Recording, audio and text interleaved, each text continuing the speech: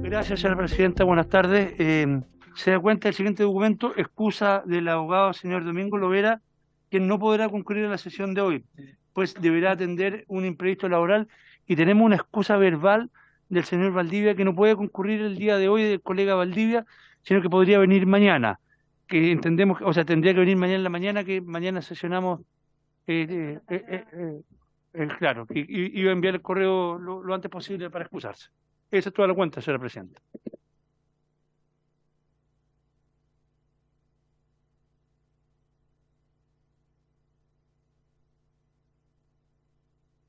No, el señor Lovera se excusó solamente. No, Ya. sin perjuicio que podría venir mañana, pero no nos dijo nada al respecto. Ya, entonces tenemos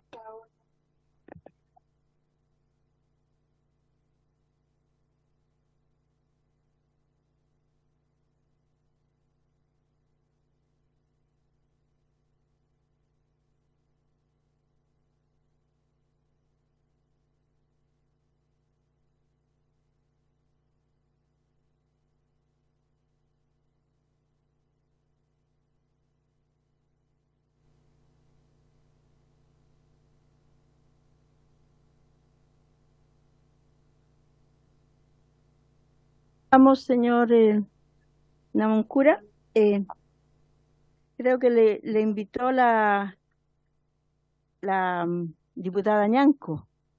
Entonces, no sé ella si le quiere dar la bienvenida y los parámetros de los cuales queremos que nos haga su exposición. Muchas gracias. Se apaga. De nuevo, ahí sí. Muchas gracias, señora presidenta. Me autocensura el micrófono, parece, hablo mucho. Por su intermedio, saludar a mi lamien Domingo Namuncura, agradecida de que pueda haber aceptado esta invitación para poder exponer frente a esta comisión revisora de la acusación constitucional contra el ministro Giorgio Jackson. Muchas gracias, lamien, por haber venido para acá.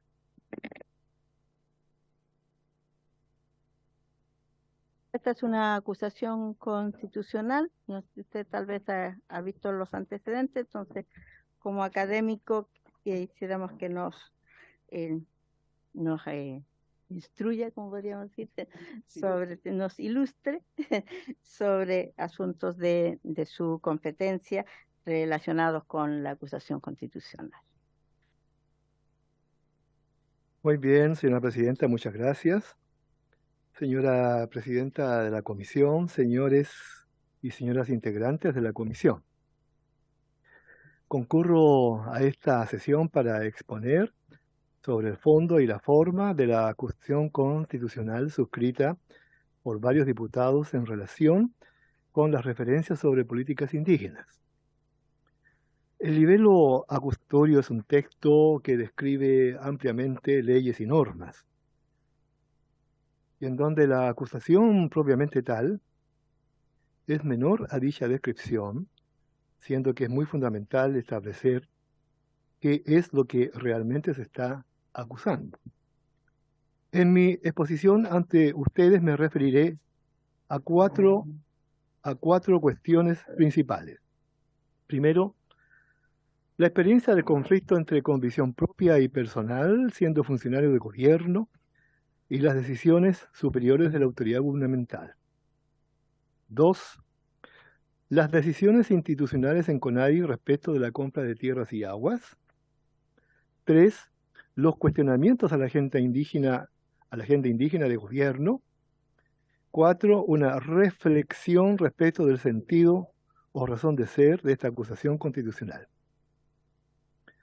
En relación con el primer punto sobre conflicto de conciencia entre el rol de funcionario, de ser funcionario público, y la jerarquía de las decisiones superiores, quiero ofrecer a ustedes un testimonio relacionado con el caso de la central hidroeléctrica de Ralco en el Alto Biobío, territorio habitado ancestralmente por el pueblo mapuche pehuenche. En ese lugar, Endesa construyó la central Ralco. En abril de 1997 fui nombrado por el presidente Frei como director nacional de CONADI. La CONADI fue creada por el presidente Elwin como respuesta al compromiso histórico del Pacto de Nueva Imperial de 1989 y por mandato de la Ley Indígena 19.253 del 5 de octubre de 1993. Es la única ley indígena, señora presidenta, en Chile que ha logrado sobrevivir por 29 años y con muy importantes resultados. Al asumir la dirección de CONADI, apreciamos que el horizonte de los derechos indígenas sería crítico porque estaba en desarrollo el proyecto Ralco en Alto Biobío y aquello causaba una enorme preocupación en todo el pueblo mapuche. El proyecto implicaba decisiones cruciales que debían ser adoptadas por el Consejo Nacional de CONADI. Para formarnos una clara perspectiva de aquello, organizamos una serie de visitas a Ralco para dialogar con la Junta de Caciques del Alto Biobío, con las comunidades circundantes y sobre todo con las 100 familias que serían afectadas por una suerte de exilio de sus tierras ancestrales por la inundación de su territorio. Este caso, consignado en la prensa de la época, unió al pueblo mapuche y demás pueblos en una férrea resistencia. Y la CONADI enfrentaba su primer gran dilema institucional, siendo la aprobación o rechazo de las permutas de Ralco el talón de Aquiles del proceso. Como autoridad indígena de gobierno debía, primero, recabar toda la información necesaria a nivel público y privado a cargo del proyecto. Para el gobierno del presidente Frei, Ruiz Tagle, era fundamental aprobar esa represa porque Chile pasaba por una crisis energética. Y para nosotros, en la CONADI, era fundamental preservar los derechos indígenas territoriales consagrados en la nueva ley que se ponía en práctica. Y sabíamos que dicho proyecto produciría un impacto monumental en las relaciones del pueblo mapuche con el Estado. Conforme pasaron los meses, nuestra convicción era que si no se construía un entendimiento político y social entre el pueblo mapuche pehuenche, el gobierno y la empresa Endesa, el conflicto escalaría a niveles mayores. Los dirigentes indígenas exigían rechazar Ralco. Se unieron redes de ambientalistas de todo el país e incluso organismos internacionales y diversos movimientos sociales y políticos. El gobierno insistía en que el proyecto debía ser aprobado, y los informes de impacto ambiental, originalmente negativos, fueron cambiando su mirada hasta que la CONADI, que era un voto dirimente, se fue quedando sola en la compleja decisión. Es todavía desalentador, señora presidenta, constatar que en esos años de 1997-98 la empresa Endesa nunca mostró suficiente interés ante diversas fórmulas que le presentamos. Con el respaldo del Consejo Nacional de CONADI sugerimos al gobierno una moratoria de 5 años, lo que no fue aceptado. Finalmente llegó la fecha, agosto de 1998, en que el Consejo Nacional de CONADI debía reunirse para tomar la decisión final de las permutas de Ralco. A esa fecha ya habíamos cristalizado la convicción de que la construcción de Ralco implicaría una crisis muy fuerte en las relaciones de confianza con el gobierno y el Estado. Teníamos la firme convicción de que la aprobación de Ralco debilitaría a la CONADI y a la propia ley indígena. Sin embargo, y estando consciente de que mi voto final como director dirimente en el Consejo Nacional de la Corporación debía ser de rechazo a las permutas de Ralco, anticipé, como correspondía hacerlo, por ética, lealtad y responsabilidad con mi gobierno, que yo no podía votar a favor y presenté mi renuncia. Cito esta experiencia, señora presidenta, porque quiero decir ante todos ustedes que los funcionarios de gobierno, sin importar el lugar que ocupen, en realidad pueden ejercer su derecho de conciencia ante ideas o proyectos con los cuales tengan dudas razonables. Pero todos sabemos finalmente que siempre ha de prevalecer el pronunciamiento de la autoridad superior dotada de los criterios y análisis que respaldan una decisión distinta. Como funcionario de gobierno uno puede cuestionar internamente, criticar e incluso rebatir los fundamentos de la autoridad superior. pero la función de gobierno tiene un carácter jerárquico por excelencia. Y si finalmente se recibe una orden, a pesar de todos los argumentos en contra, esta debe ser acatada. Si no hay disposición a esto, porque en lo personal se quiere privilegiar la conciencia personal respecto de una política específica de gobierno, el camino de lealtad y de responsabilidad obliga a renunciar de inmediato, más aún cuando se trata de un cargo de confianza. La lealtad de los funcionarios públicos, aun cuando dejen de serlo, es una señal de madurez y de compromiso responsable con el proyecto político al cual se adhiere. En mi caso era necesario renunciar al cargo de director nacional de CONADI porque mi voto no sería favorable a las permutas de Ralco y no podría caer luego en una espiral de acusaciones públicas en contra del presidente, el ministro o de mi propio gobierno, con quienes sostuve, por cierto, en los canales internos todas mis observaciones críticas. La experiencia indica que lo que prima en estos procesos es la prudencia, el recato y la sobriedad al momento de dejar un cargo o cuando se nos solicita una renuncia. Con lo que quiero decir y expresar acá una crítica a lo que ha ocurrido cuando, en este caso, una Seremi ha dejado su cargo y ha expuesto públicamente un conjunto de antecedentes que debían haber sido discutidos por las vías internas en primer lugar y después actuar con absoluta lealtad respecto a su propio proceso de conciencia. Segundo tema, las decisiones institucionales en CONADI respecto a la compra de tierras y aguas. En lo principal, y entrando a los temas relativos a pueblos indígenas, el documento acusatorio denota una muy importante falta de información histórica y de comprensión acerca de cómo ha sido la relación del Estado y los pueblos indígenas en los últimos 32 años desde que recuperamos la democracia. No es este el momento de entrar a un copioso resumen de esta historia e insto a los firmantes a estudiarla, pues el libelo adolece de una comprensión acabada acerca de cómo se desarrolla la política indígena en Chile, regulada por la Ley 19.253, y cuyo órgano principal y rector es la CONADI. De acuerdo a esta ley, es efectivo que el Ministerio de Desarrollo Social ejerce, como en todos sus programas, una función supervisora.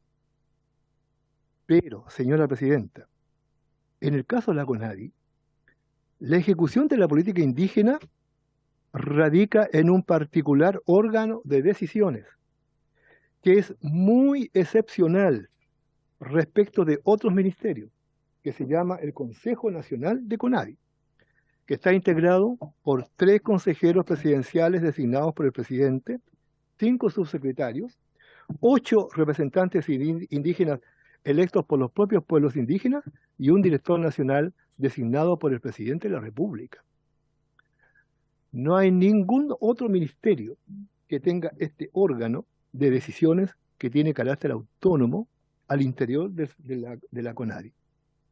Este es el órgano que adopta las decisiones necesarias para la ejecución de políticas indígenas en Chile. El artículo 38 de la ley lo señala como un órgano descentralizado y en su artículo 42, letra A, se le encomienda definir la política de la institución y velar por su cumplimiento. De tal modo que las decisiones fundamentales, por ejemplo en materia de compras de tierra y agua, son adoptadas por el Consejo Nacional de la Corporación con todos los respaldos del caso. Es lo que acontece con la compra de tierras y derechos de agua. Y la ley establece 3 acápites para cumplir con este propósito. 1. El artículo 20A, que regula la compra de tierras mediante subsidios a familias indígenas para que puedan incrementar su actual terreno en función de un criterio de producción y sobrevivencia. 2. El artículo 20B, que regula la compra de tierras y aguas. Y 3. El artículo 20C, que responde a una suma de tareas en apoyo a diversas formas de emprendimiento y productividad. Estos acápites comprenden el total del presupuesto del Fondo de Tierras y Agua. En estos casos, es el Consejo Nacional de CONADI quien adopta las decisiones de compras de tierra, no el ministro. no el ministerio. Quiero ser taxativo en esto. Si hubiera que levantar alguna observación crítica respecto de qué es lo que sucede, por ejemplo, con la ejecución presupuestaria en materia de tierra y agua, esa observación fundamental se hace primero al Consejo Nacional de los 17 representantes oficiales que están allí ejerciendo una normativa legal, y no al ministerio ni al ministro. Y la fiscalía de ambas entidades, tanto de CONADI como del ministerio, se coordinan normalmente para velar por el cumplimiento de las normas necesarias. Por lo tanto, la primera y fundamental responsabilidad en el proceso de ejecución de los procesos correspondientes recae en la dirección y en el Consejo Nacional de CONADI, organismos que en todos estos años han cumplido cabalmente con las metas presupuestarias. En efecto, y haciendo mención tan solo al cumplimiento del artículo 20b sobre compras de tierra, el más sensible, cabe señalar que desde el año 2017 hasta el año 2022, la ejecución presupuestaria se ha cumplido en su totalidad, con leves matices. En el año 2017 se cumplió hasta un 99,7%. En el año 2019 hasta un 93,7%. La cifra más baja de ejecución presupuestaria fue en el año 2020 con un 77,2%. Del total de lo presupuestado para el año 2022 por el Fondo de Tierras y Agua, considerando la ejecución de los 3 artículos, el presupuesto total de 65.000 millones de pesos fue ejecutado, además con el adicional de un adelanto respecto del año 2023. ¿Por qué, entonces, la acusación constitucional no considera en el texto la descripción de estos componentes antes de presentarla? En mi concepto, porque se parte de una incomprensión y desinformación de la manera como trabaja la CONADI, con los rigurosos procesos de cuya experiencia hemos aprendido por más de 20 años. Es más, el libelo levanta la acusación, en este caso obrado por CONADI en realidad, más que el ministro, de que en la compra de 2 predios, uno en Traiguén y otro en Lautaro, se habría procedido a su adquisición y entrega a pesar de haber sido perturbados por alguna forma de ocupación. El principio de terreno tomado no se compra fue aprobado por el Consejo Nacional de CONADI en 1968 cuando yo ejercía como director nacional de la CONADI. No es un principio nuevo o que se deba estar reclamando ahora. Y la CONADI con su fiscalía, más el respaldo de la Fiscalía del Ministerio y el control riguroso de la Contraloría, han dado fiel cumplimiento a este principio en estos años. Ahora bien, todos los gobiernos han aplicado excepciones en determinadas áreas y circunstancias en todos los ámbitos de su gestión y cuentan con las competencias para ello mediante decretos o decisiones específicas. Por ejemplo, sea para salvar empresas y bancos como ocurrió en los años 80, o para conferir privilegios especiales como el decreto 701 para empresas forestales, por ejemplo, y para resolver licitaciones directas en razón de determinados fundamentos, etcétera, etcétera. Todos los gobiernos tienen caminos excepcionales. El tema de la compra de tierra, como bien se señaló por las autoridades de la CONADI en esta misma comisión hace algunos días, está regulado ahora incluso por el decreto 395, luego del perfeccionamiento de la norma aprobada por el Consejo de CONADI en 1998 de que terreno tomado no se compra, y por tanto la ocurrencia de situaciones excepcionales ha de requerir varias vías de decisiones, entre las cuales está el Consejo Nacional de CONADI, que es la primera y principal instancia para la decisión de compras de tierra. Finalmente, la CONADI también ha explicado acá que la diferencia de datos respecto del calendario de ejecución presupuestaria, que a mitad de año muestra un cierto porcentaje y en el tercer trimestre otro dato ascendente y se cierra al 31 de diciembre con el cumplimiento de pagos que arriba al 100%, como es el ejemplo del caso del año 2022, es un proceso totalmente normal. Además, por las complejidades técnicas que reviste la contratación de cumplimiento de todas las normas y estudios correspondientes. Y respecto de la compra de 2 predios cuestionados, lo que está claro es que durante todo el proceso que llevó adelante su adquisición, no hubo, lo repito, no hubo perturbaciones para su compra. Todo esto sería más que suficiente para despejar cualquier duda. Tercero, y ya voy terminando. Los cuestionamientos a la agenda indígena de gobierno están en el libelo. Termino con la acusación respecto a la agenda indígena, de lo cual también se busca responsabilizar al ministro de Desarrollo Social. El presidente Boris anunció en Villarrica, en su primera visita oficial a la Araucanía, la creación de una comisión de paz y entendimiento con el expreso propósito de abordar los antecedentes necesarios para caminar a la solución de la justa demanda de tierras indígenas. Y las tareas de esta comisión están radicadas, escúcheme bien, en el Ministerio Secretaría General de la Presidencia y no en el Ministerio de Desarrollo Social. Esto implica que luego de varios años de conversaciones y estudios, podremos como país entrar a ese camino y superar el proceso de compras anuales y resolver la demanda acumulada. En el libelo se responsabiliza también al ministro por, comillas, la mirada reactiva hacia hechos de violencia, cierre de comillas. Aquí es necesario precisar que en la macrozona sur no hay una sola forma de violencia, sino varias de sus manifestaciones, y en diversos casos la delincuencia usa la causa indígena. No quiero citar aquí sentencias de tribunales en donde finalmente dueños de camiones y de bienes materiales inmuebles que quemaron ex profeso sus vehículos y bienes para conseguir los seguros correspondientes fueron investigados y condenados por los tribunales. La violencia tiene varios rostros y varios autores y diferentes motivos en la macrozona sur. Un porcentaje se relaciona con la demanda de tierra y aún está por verse, efectivamente, quiénes en realidad son sus autores intelectuales y materiales, y esto depende de políticas de búsqueda de la verdad, y no se trata de tareas de un Ministerio de Desarrollo Social, sino que competen a ministerios altamente especializados. También se acusa, comillas, de no avanzar primero en el catastro de tierra. Sin embargo, la tarea de arribar a dicho catastro ya ha sido encomendada por el presidente a una comisión presidencial, cuya diferencia con otras entidades similares anteriores ya no será diagnosticar, sino ahora arribar a un resultado recogiendo todos los antecedentes de lo que ya se ha estudiado en estos años.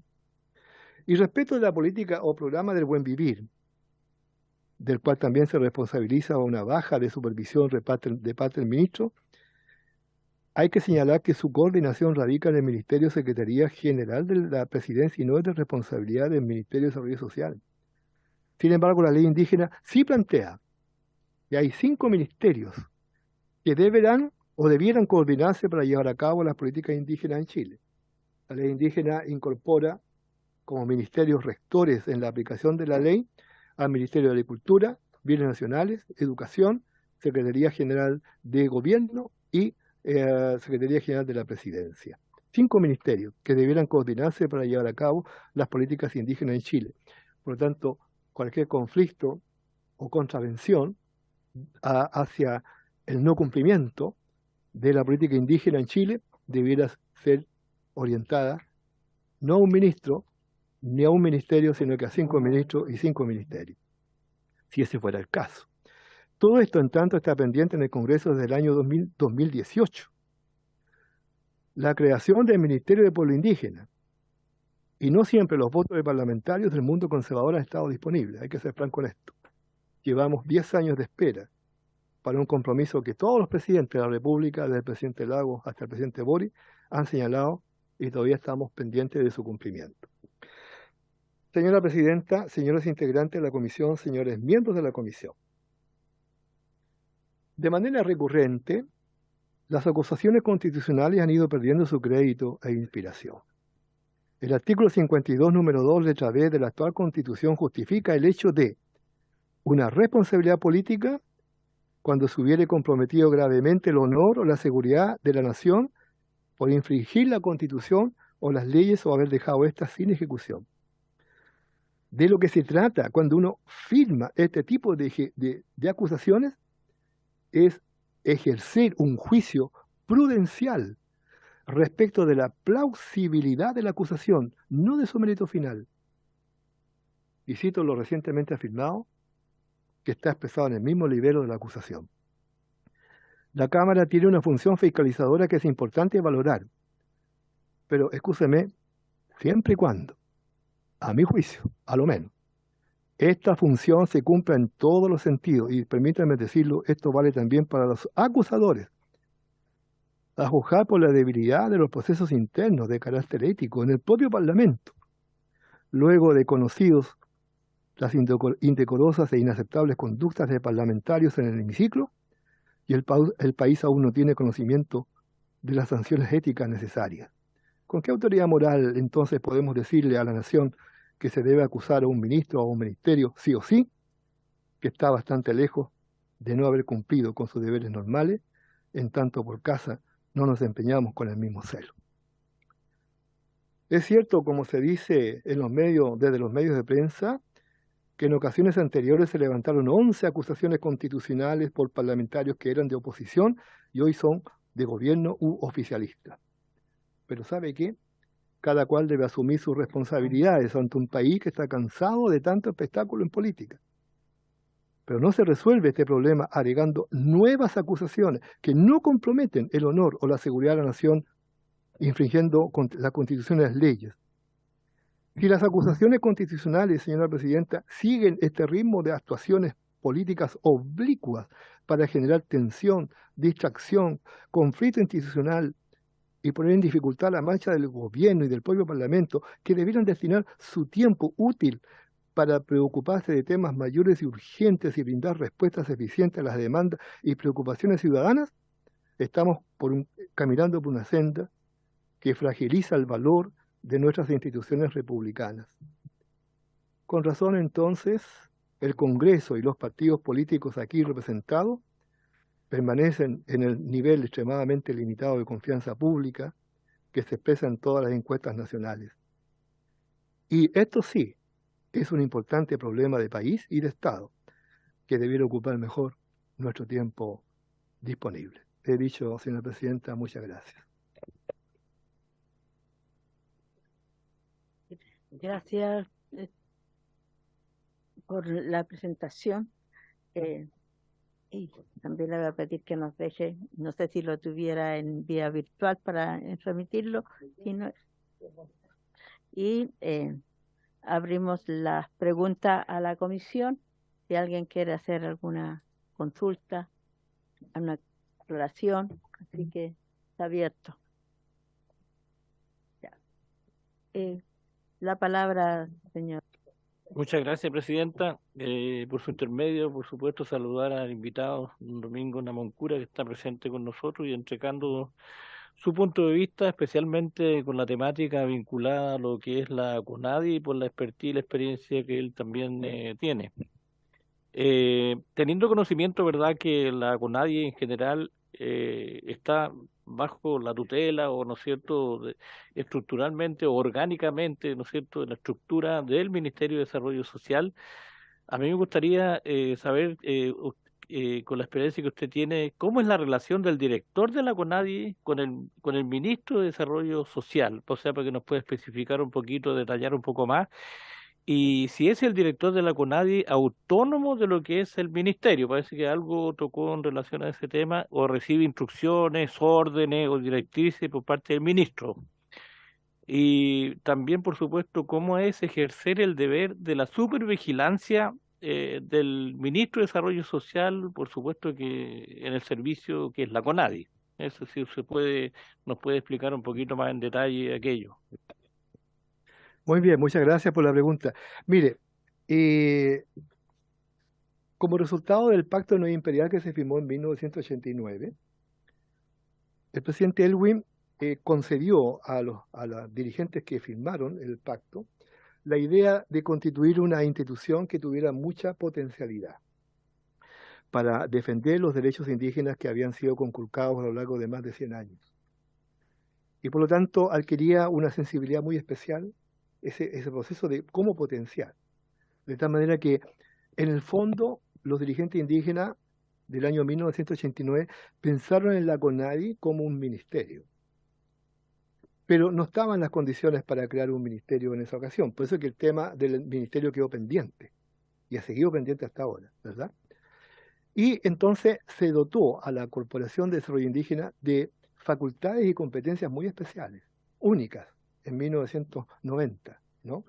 En la ley indígena que se discutió en el Parlamento. Y una de esas condiciones especiales y excepcionales es la condición de un organismo descentralizado. La CONADI fue uno de los primeros organismos descentralizados a nivel de servicio público, e incluso con instalación de su dirección en un territorio regional. Es el primer organismo en Chile cuya dirección política, institucional, administrativa se instaló en una región, en la Araucanía. La Jefatura Nacional de Servicio Público estaba en Temuco. Cuando a mí me nombraron director, yo tuve que irme a Temuco, no en Santiago, ¿no? Allá está todo instalado hasta hoy día. Y segundo, y aquí viene lo excepcional, es que se creó un consejo con amplias facultades legales para tomar todas las decisiones que permitieran interpretar la ley y aplicarlas en función de todas las normas que la ley establece, que son muchas, ¿no? Cultura, sociedad, emprendimiento, proyectos, tierras, aguas, derechos, etc. Y ese consejo se constituyó sobre una fórmula muy, muy singular. 8 consejeros de gobierno, 8 consejeros indígenas y un director. Por tanto, en un consejo de 17, el director es el voto dirimente. Él decide. Si hay 8 empates, o sea, un empate de 8-8, el director dirime. Y de los 8 consejeros de gobierno, 5 son subsecretarios oficiales, ¿no? Y es más, a las sesiones del consejo deberían asistir los 5 ministros, pero normalmente mandan a los subsecretarios. Y 3 consejeros presidenciales que los nombra personalmente el presidente de la República. Esos 3 más 5, comillas, podríamos decir, son los consejeros de gobierno. Y al frente, porque es literal, al frente se instalan los 8 consejeros indígenas que tienen la siguiente salvedad. No son designados por nadie. Los eligen los pueblos indígenas. Por lo tanto, el consejero indígena que llega a la CONADI electo, llega con un mandato, con el mandato de sus electores, mapuches, aymara, rapanui, etcétera, ¿verdad? Y por tanto, en las sesiones del consejo se confrontan siempre 2 visiones, la de gobierno, a través de los 8 consejeros indígenas de gobierno, y los de los pueblos indígenas, y el director que está en el medio, que eventualmente, si es el caso, dirime. En el caso Ralco, que fue un caso muy emblemático, finalmente estábamos en contra de las permutas de Ralco, los 8 consejeros indígenas, fíjense ustedes lo que voy a decir, los 3 consejeros presidenciales y el director nacional que habla. O sea, teníamos mayoría absoluta para rechazar las permutas de Ralco. Pero eso significaba una tensión y un conflicto inmediato con el gobierno. Porque a pesar de que, como bien dijo usted, CONADI está inserto en el Ministerio de Desarrollo Social y está por debajo del ministro, sin embargo, para las decisiones fundamentales en función de la política indígena, CONADI es autónomo. Y por lo tanto, esa diferencia entre estos 2 organismos, que no existe en ningún otro ministerio, ¿verdad?, hace que la política indígena sea muy especial, y la relación con los ministros normalmente es de diálogo, de búsqueda de acuerdos, ¿verdad? Pero el ministro no puede intervenir, por ejemplo, en la decisión de un Consejo Nacional para la definición de una lista de compras de tierra y agua. No interviene. No puede, porque podría ser perfectamente posible que un consejero indígena diga: yo quiero que quede en acta mi rechazo a la recomendación del ministro para que se compre esta tierra y no esta, ¿me entiende usted? Y tiene que quedar en acta y se consigna legalmente esa opinión. Por tanto, usted dirá: pero entonces el ministro es pasivo. No, no es pasivo. Él puede sugerir, puede indicar, pero no puede ordenar, no puede instruir. No puede instruir. Y si el Consejo CONADI dice: vamos a comprar estos predios porque es lo que corresponde al listado de espera, etcétera, el ministro finalmente puede supervigilar a través de la Fiscalía del Ministerio, en coordinación con la Fiscalía de CONADI, que todo el procedimiento sea legalmente impecable. Desde el proceso de estudio hasta la definición de las licitaciones, etcétera, hasta el momento en que se contrae el contrato de la compra de tierra y agua, ese proceso puede ser supervigilado, pero actúan 2 instancias: Fiscalía Nacional de CONADI y Fiscalía del Ministerio de Desarrollo Social, y en este caso es el fiscal el que le puede informar al ministro que a lo mejor en alguna parte hay un problema legal, y en ese caso esa consulta va a Contraloría, que es la que la dirige, ¿no?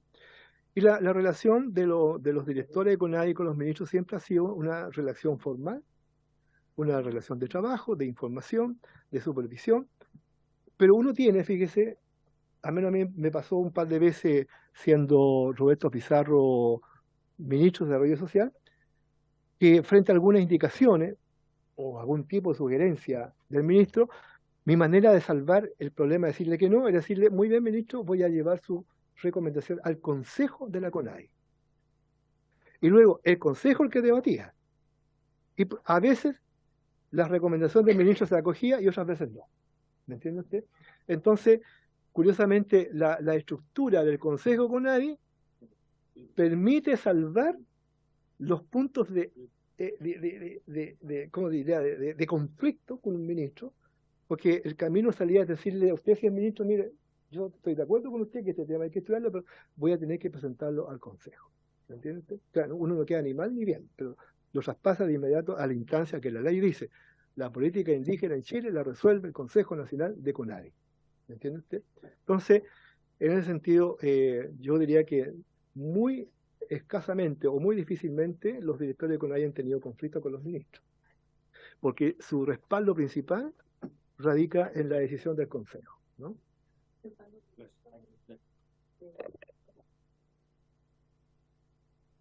Diputada Carol, te pedí la palabra. Presidenta, saludar a don Domingo Namuncura, gracias por estar acá. Yo la verdad es que precisamente iba a consultar algo muy en la línea de lo que plantea el diputado Berger, porque efectivamente esta es una acusación constitucional que busca precisamente encontrar responsabilidades del ministro, en este caso de la cartera, ¿cierto?, respecto a una serie de temas que hasta ahora, al menos a mi parecer, en las discusiones que hemos tenido, se han ido marcando y esclareciendo varios de ellos respecto de las responsabilidades o no, digamos.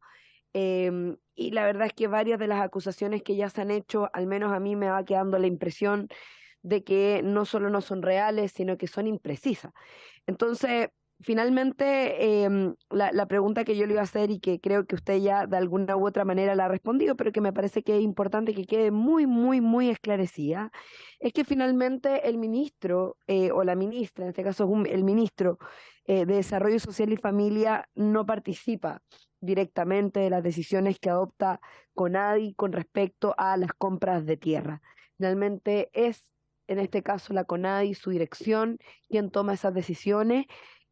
Por lo tanto, a mí por lo menos me queda la impresión de que al no participar de esas decisiones, el proceso de compra de tierra o de ejecución presupuestaria, que de hecho el director de la CONADI que vino acá hace un par de días atrás, dijo que a diferencia de lo que dice el documento, que es un 42% supuestamente de sus ejecuciones, en ese caso no era real y que lo que había por lo menos durante este año era de un 100%.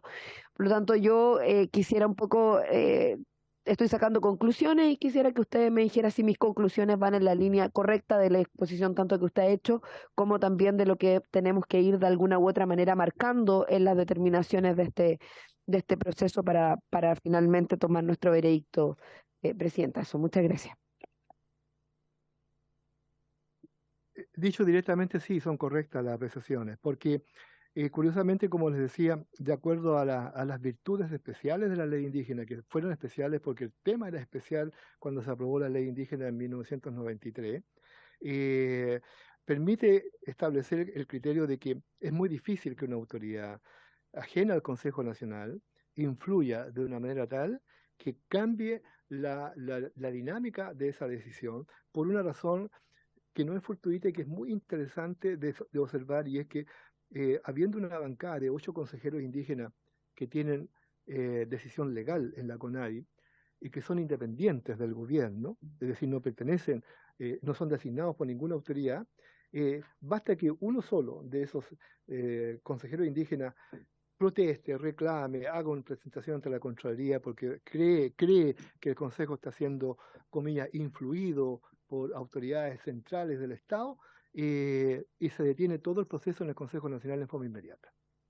Completamente. No hay modo de que el Consejo siga avanzando con ese reclamo de un solo consejero. Imagínense cuando reclaman 5, 6 o 7 o los 8 consejeros. En el caso de Raúl, como a mí me tocó varias veces, obviamente en que hubo mucho interés de los organismos medioambientales de gobierno de que que preguntaban, oye, ¿cómo está el Consejo de la CONADI? ¿Van a aprobar las permutas? ¿Cómo es la situación? Yo les decía, mira, estamos con un problema, porque en el Consejo estamos, digamos, empatados, 8 y 8.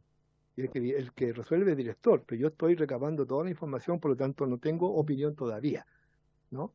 Incluso si alguien me decía, alguna vez hubo un gobierno que me dijo, bueno, pero tú tenés que tener presente que tú fuiste designado por el presidente. Sí, le dije yo, designado por el presidente para dirigir un organismo que tiene un Consejo Nacional con decisiones plenas. Por lo tanto, yo no me puedo mandar solo. O sea, mi conflicto es que yo tengo que obedecer al presidente, pero también tengo que obedecer al Consejo Nacional de la CONADI. Por lo tanto, es una construcción de una manera de resolver muy compleja, ¿verdad? Por eso que cuando yo tomé ya a plena conciencia de que no era posible aprobar las permutas de Ralco, yo tenía claro que debía renunciar de inmediato, porque iba en contra de la opinión de todo el gobierno, de que había que aprobar Ralco. Y yo ya estaba convencido de que no había que aprobar. 8 consejeros indígenas estaban totalmente por no aprobar, por tanto éramos 9 contra 8. Esa situación yo no podía poner al gobierno, al presidente, en una situación incómoda. Por tanto, cuando ya me convencí de que Ralco implicaba un efecto dramático para el pueblo mapuche, fueron erradicadas 100 familias, 100 familias de sus tierras ancestrales que fueron inundadas por el agua. En fin, y eso generaba un conflicto con el gobierno que necesitaba, según ellos, crear Ralco, una empresa, una central que va a durar solo 50 años, en fin. Yo dije, no, hay que irse de inmediato, hay que renunciar, porque no se puede uno quedar, es imposible votar en contra y quedarme como director. Era una cuestión ética, por eso que digo que uno como funcionario puede estar en contra internamente de decisiones, proyectos, y discutirlas y pelearlas con tu ministro, tu subsecretario, en fin, pero una vez que se tomó la decisión, si yo soy funcionario, tengo que acatarla. Si no la quiero acatar porque tengo un problema de conciencia, tengo que renunciar. Y si he sido parte del gobierno, me voy tranquilo y en silencio. Entonces, allí, ¿verdad? Yo no hago escándalo público, no hago declaraciones, no acuso a nadie, me voy nomás. Pues dije yo, el gobierno está en esta, yo estoy en esta otra, y yo no estoy de acuerdo, me voy. Listo, se acabó, ¿verdad?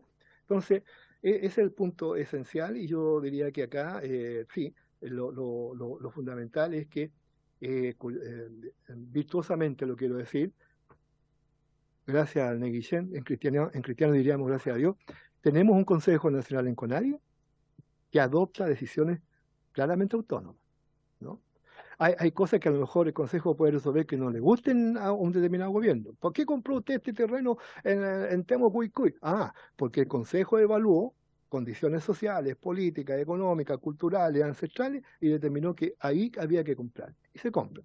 Y más, un caso más, diputado, al menos en la historia de CONADI, sí, prácticamente casi todas las decisiones de compras de tierra han sido adoptadas en general por unanimidad, incluidos los 8 consejeros de gobierno, o por mayoría de todos.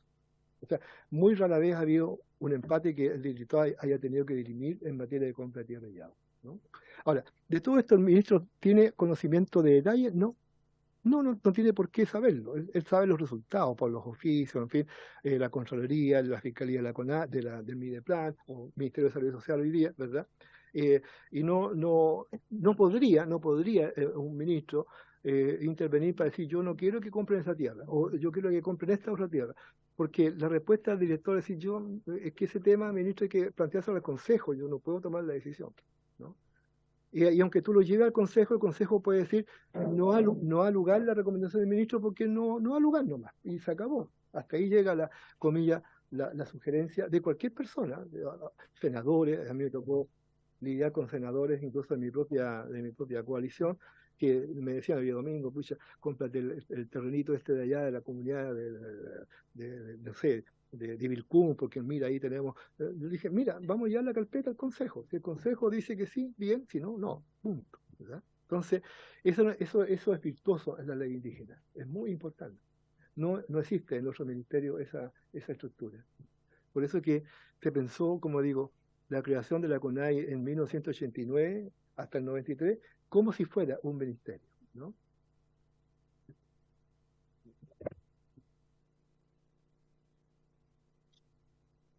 Pide la palabra.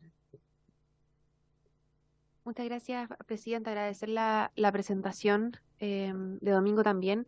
que es muy esclarecedora en varios sentidos, pero yo creo que hay dos líneas argumentativas finalmente que creo que esta comisión debiese tener a la vista porque son dos líneas muy claras. Una tiene que ver con y reconocer el fondo de lo que los requirentes están planteando en términos de su ejecución, que ha quedado claro, no existe, no solamente por la exposición de domingo, sino que por las exposiciones que hemos visto antes, por la compra de tierras perturbadas, que tampoco existe, porque el órgano encargado de definir si algo es perturbado en términos de la legalidad del acto administrativo es la Contraloría se ha manifestado positivamente respecto de eso, y otro es recoger el fondo respecto de la agenda indígena, que para mí es una posición política, o sea, uno puede estar o no de acuerdo con la agenda indígena que un gobierno levanta, pero es una posición política, uno no acusa constitucionalmente a un ministro por ejecutar una agenda indígena con la que no está de acuerdo. Entonces, si uno decide ir al fondo, creo que el fondo ha quedado esclarecido, no tiene mérito argumentativo en ninguna de las tres aristas que se ponen sobre la acusación, pero creo que hay un elemento del todo relevante e incluso más relevante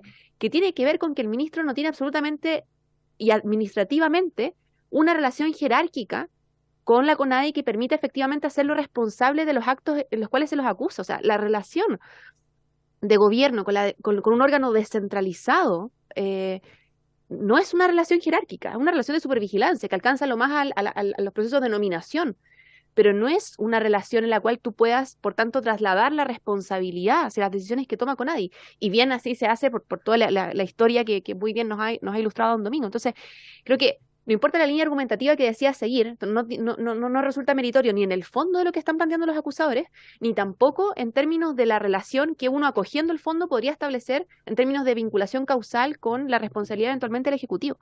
Entonces, que me parece que es un caso similar en términos del servicio Mejor Niñez, también en términos de jerarquización. Entonces, no es un problema de valoración de los hechos, es un problema de impertinencia de los argumentos que se ponen sobre la mesa. Y yo por eso agradezco la claridad de la presentación, digamos, en ambas líneas. Entonces, yo no había visto esto antes, la verdad, porque creo que finalmente no hay absolutamente ningún sustento, al menos en lo que aquí se ha señalado.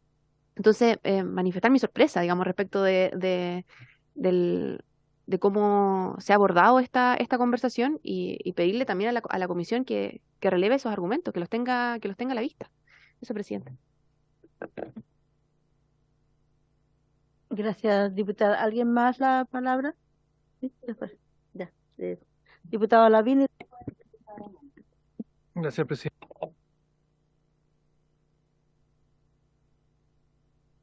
Muy clara, muy tajante en muchos aspectos, pero yo me quería quedar con algo. Usted dentro de su elocución citó varias veces el tema de lo que pasó con Rango, ¿cierto? Donde usted, en el fondo, por una desaveniencia por el gobierno, en el objetivo que planteaba, usted presentó su renuncia. Pero usted también señaló que una orden debe ser acatada, ¿ah? Y así como usted ha sido muy claro, muy franco, muy directo, ¿cierto?, en toda su argumentación, también lo fue en esto. Una orden debe ser acatada. ¿Qué pasa si esta orden contraviene la ley? Porque, según nos expuso, ¿cierto?, en Ricardo Irarrázaval hace un par de horas atrás, una orden en este proceso del sistema de evaluación ambiental para votar, ¿cierto?, sobre un determinado proyecto sería completamente ilegal. ¿Usted sigue sosteniendo en el fondo que esa orden debe ser acatada? ¿Cómo debería actuar en el fondo un funcionario que se ve en esa situación? El caso del conflicto Ralco, que es muy emblemático para los pueblos indígenas, no te puedes imaginar la cantidad de reuniones a nivel central, que las puedo decir ahora, han pasado 30 años, 40 años, ¿verdad?, que hubo hasta el Consejo Nacional de 1998, cuando irrumpió el conflicto, por decirlo así, para todo tipo de argumentos, ¿no? Esta es una orden directa al presidente. Esto es el interés del país y de su desarrollo. O algún intendente, no voy a nombrar, que me dijo: oye, Domingo, pero oye, 100 mapuches no pueden detener el progreso de 10 millones de chilenos. ¿Me entiende usted? Con ese tono, no pueden detener el progreso de los chilenos. O sea, hubo todo tipo de planteamientos.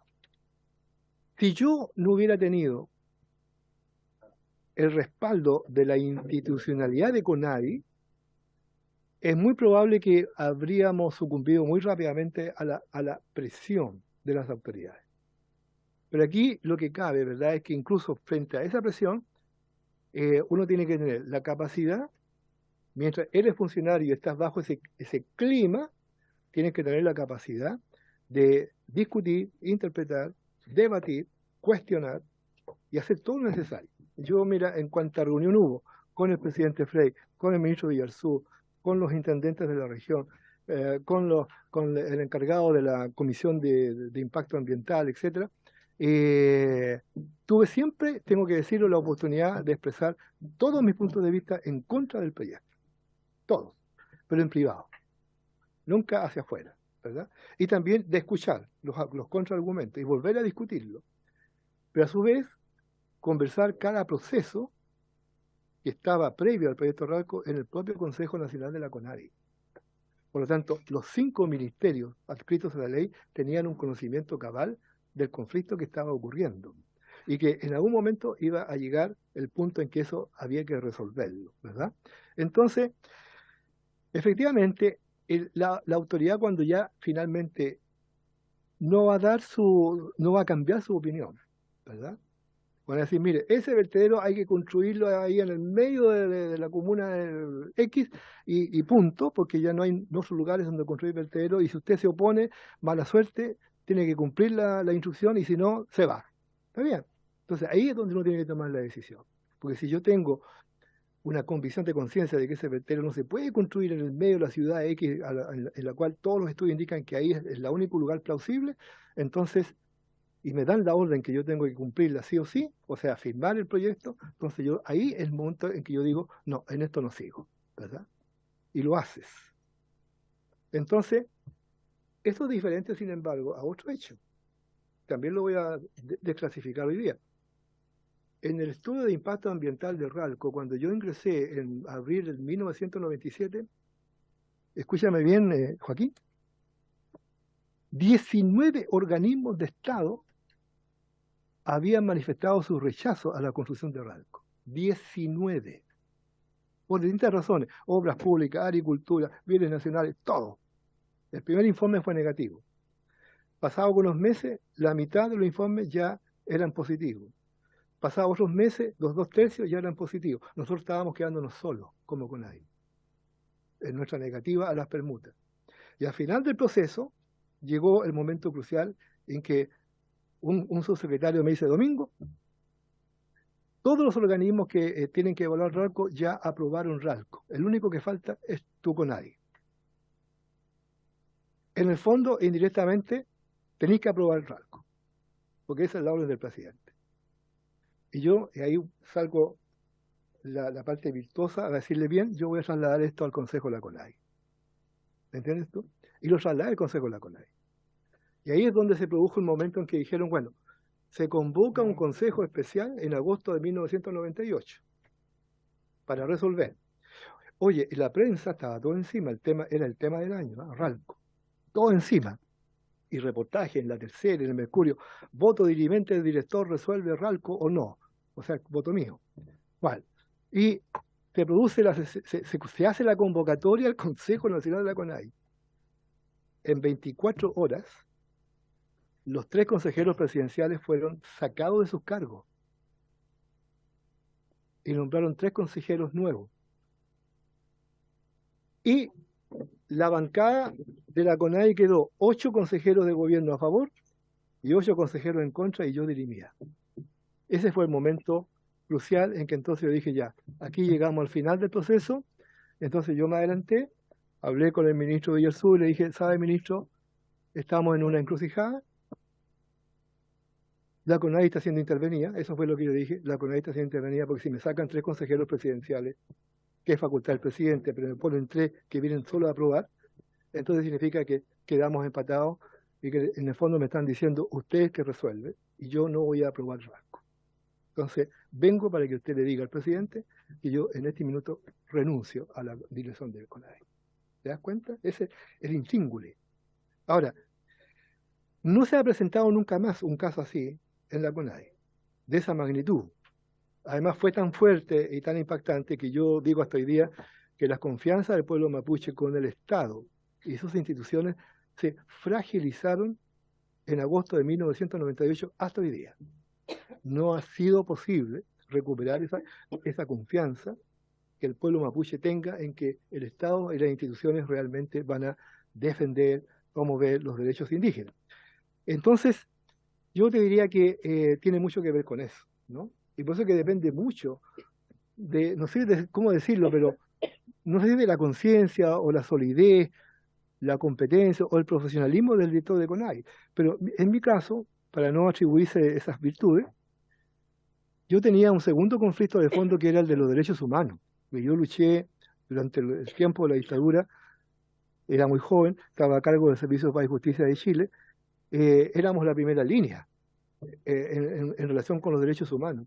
Entonces yo mezclaba en mi ser el compromiso por los derechos humanos, es decir, la lucha por la justicia y la dignidad, y el compromiso con los pueblos indígenas. Era imposible para mí firmar las permutas de Ranco, no podía. O sea, poner la firma de un mapuche, director nacional de CONADI, en el proyecto que quebraba la relación ancestral del pueblo mapuche pehuenche con sus tierras, era algo que yo no podía asumir. Entonces fui consecuente y dejé el cargo y me fui tranquilo, sin ningún problema. ¿Entiendes? Pero sí, tiene que ver con aquello que tú planteas, ¿no? Diputada Ñanco. Muchas gracias, señora presidenta. La verdad es que me genera un poco de algo escuchar sobre, no sé cómo definirlo, pero la realidad de nuestro país y bueno, en realidad en sí lo que sucedió con Ralco y la represa y todo eso no me deja de generar un poco de tristeza, la verdad, con respecto a lo que significó y lo que significa hasta el día de hoy la construcción de esa represa. Pero bueno, quería volver a retomar dos puntos que uno de ellos ya se habló en las exposiciones anteriores, tenía que ver con lo que inclusive el mismo expositor don Ricardo Irarrázaval mencionaba dentro de las preguntas que se le hizo respecto a si corresponde que las secretarías regionales ministeriales voten motivadas por su activismo o convicciones personales. Cuando la normativa vigente es clara y que plantea que el voto se debe sustentar en argumentos técnicos, bueno, me imagino que eso también tiene que ver con un poco las razones que está exponiendo ahora Milamien y tiene mucha respuesta diciendo que en realidad no pueden votar por parte de su activismo o convicciones personales. Por otro lado, recalcar también un punto importante que mencionaba usted, Lamien, a través suyo, Presidenta, sobre lo que implica o lo que dice la ley 19.253, que es la ley del Ministerio de Planificación, sobre quién, bueno, el artículo 41, letra B, dice que los subsecretarios o sus representantes especialmente nombrados para el efecto de cada uno de los siguientes ministerios: Secretaría Regional de Gobierno, de Planificación y Cooperación, de Agricultura, de Educación y de Bienes Nacionales. Esto es lo que mencionaba usted. Justamente, quien es la Dirección Superior de la Corporación de CONADI estará integrado por estos miembros. Bueno, el director nacional, los subsecretarios o sus representantes, por ende, el ministro en sí no forma parte directa de este consejo, y eso bien lo ha dejado claro usted, Lamien, en su exposición, porque está, bueno, si la acusación constitucional es hacia el ministro Giorgio Jackson, y en realidad él no forma parte del Consejo de la CONADI, entonces no tiene mucha lógica que sea él el acusado. Pero bueno, esos eran dos puntos que quería dejar en claro. Y mi pregunta frente a su exposición, que considero que fue una tremenda exposición y le agradezco por eso también. Desde su experiencia en CONADI, de toda su trayectoria que nos ha venido contando en esta sesión, ¿cómo es que usted podría decirnos que se define la agenda indígena de un gobierno? ¿Usted cree que realmente en Chile o en este gobierno existe algo así como una desproporcionalidad, digamos, y en base a su experiencia también, una desproporcionalidad respecto a las políticas públicas que están orientadas para el pueblo mapuche en específico en comparación con los demás pueblos originarios? Porque también es parte de los temas que se hablan dentro de esta acusación constitucional, que se dice que el director de CONADI o que las políticas de gobierno actual tienen como una preferencia por sobre el pueblo mapuche en detrimento de las otras culturas y de los otros pueblos, perdón, de los demás pueblos originarios. Por otro lado, quisiera preguntar, en la sesión anterior a esta, el director de CONADI, don Luis Penchuleo, realizó una contundente exposición respecto de la gestión de CONADI y descartó totalmente algunas cifras que se esbozan en la acusación. Una de ellas es, por ejemplo, la subejecución del presupuesto del 42%, que quedó demostrado que eso no es así, que hubo un 100% de ejecución del proyecto, de proyectos, y entre otras también el tema de la compra de predios perturbados, cuestión que también se descartó tajantemente en la exposición. Entonces, entre ellas, lo más importante es que se esclareció el porcentaje de ejecución del artículo 20b del Fondo de Aguas y Tierras, que es de más de un 100%. Entonces, desde su experiencia y desde su trayectoria, ¿qué piensa usted sobre esta gestión? ¿Qué tan relevante cree usted que es para alcanzar un clima de entendimiento y de paz social, considerando que estamos a puertas de la conformación de la Comisión de Paz y de Buen Entendimiento? Gracias, diputada Ñanco. Caramba, ha tocado una fibra muy sensible del tema. Déjeme darle algunos datos de cómo viene el mapa. La primera apreciación que yo quiero aprovechar de poner en esta sesión es que, por ejemplo, en relación con el nuevo proceso constitucional, existe el alto riesgo de que los pueblos indígenas queden excluidos de este proceso. De partida, no vamos a tener una representación en la Comisión Técnica de Admisibilidad, tampoco en la Comisión de Expertos, y con suerte, si se lograra elegir un indígena constitucionalista, sería por fuera de los 50 y solo se alcanza una votación suficiente para ser electo. Y lo quiero decir aquí en el Parlamento, esto es el resultado de un acuerdo político suscrito por todos los partidos que están representados en el Congreso. Es decir, la eventual exclusión de los pueblos indígenas en el nuevo proceso constitucional ha sido con los votos de todos los parlamentarios del Congreso. ¿Qué efecto va a tener esto en los pueblos indígenas en el próximo periodo? No lo sabemos. Pero es obvio que se trata de un traspiés enorme. Después que, piensen ustedes, los pueblos indígenas tuvieron 17 representantes en la Convención Constitucional.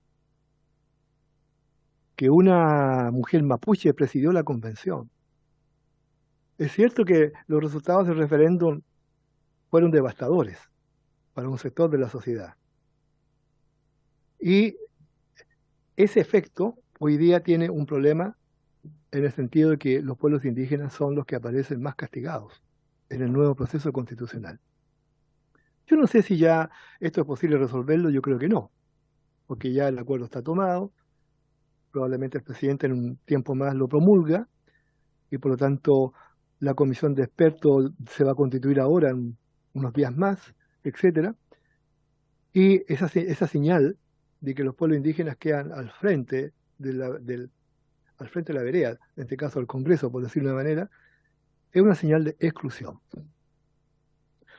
Y una señal de exclusión que contraviene el convenio 169, firmado por Chile, que hoy día es ley de la República, contraviene la Declaración Universal de los Derechos Indígenas de Naciones Unidas que Chile firmó el 2007, contraviene la Declaración Americana de Derechos de los Pueblos Indígenas firmada por Chile el año 2016 y contraviene la ley indígena de 19.253 de octubre de 1993. Me pregunto cómo fue posible que el Parlamento haya omitido las obligaciones que estos tratados internacionales y leyes vigentes establecen como una obligación para el Estado Nacional. ¿Cómo fue posible esa omisión de todos los partidos políticos del Congreso? ¿Qué les costaba haber fijado una cuota? El año 2020 tuvimos una larga discusión en esta misma sala con senadores de derecha, diputados de acá, de todos los lados, para lograr aprobar la ley 21.298 que consagró los 17 escaños indígenas. ¿Qué les costaba? Resuelto, por ejemplo, el principio de decir ya, de los 50, el 10% van a ser escaños indígenas, 5. ¿Qué costaba aquello? Pregunto yo al Congreso de Chile, ¿qué les costaba? No, dijeron, cerremos en 50 y los 50 son escaños reservados porque están asegurados por las circunscripciones específicas, ¿verdad? Y dejemos afuera a los indígenas y si logra entrar alguno, bueno, buena suerte y si no, mala suerte. Ahí tenemos un problema. Segundo, en materia de política indígena, sin embargo, yo quiero rendir una suerte de, no sé, homenaje no es la palabra, pero rendir una visión positiva a la ley indígena, porque en 29 años esa ley ha logrado recuperar para los pueblos indígenas 260.000 hectáreas, de las casi 900.000 que los indígenas tenían inscritas como propiedad comunitaria hasta el golpe militar en 1973. Por lo tanto, es una ley que ha producido efectos importantes en materia de proyectos sociales, culturales, interculturales, tierras, aguas, etc. Estatutos administrativos para Rapa Nui, en fin. Y todos los pueblos han sido beneficiados por la ley. El tema que tenemos es que los pueblos, de todos los pueblos indígenas de Chile, el pueblo mapuche es el más denso. De los 2.260.000 indígenas que hay en Chile, el 12,1%, el pueblo mapuche son 1.800.000. O sea, es un pueblo totalmente hegemónico. Y está en todo Chile. Usted va a Pute y hay mapuche, va a Navarino y hay mapuche. 770.000 viven en Santiago, los Guarriachi. El pueblo mapuche, además, es históricamente un pueblo que tiene un peso político en la sociedad enorme, ¿no? Y digámoslo en términos históricos, el pueblo mapuche fue el único que salió a confrontar la conquista española. 250 años de guerra con la conquista española.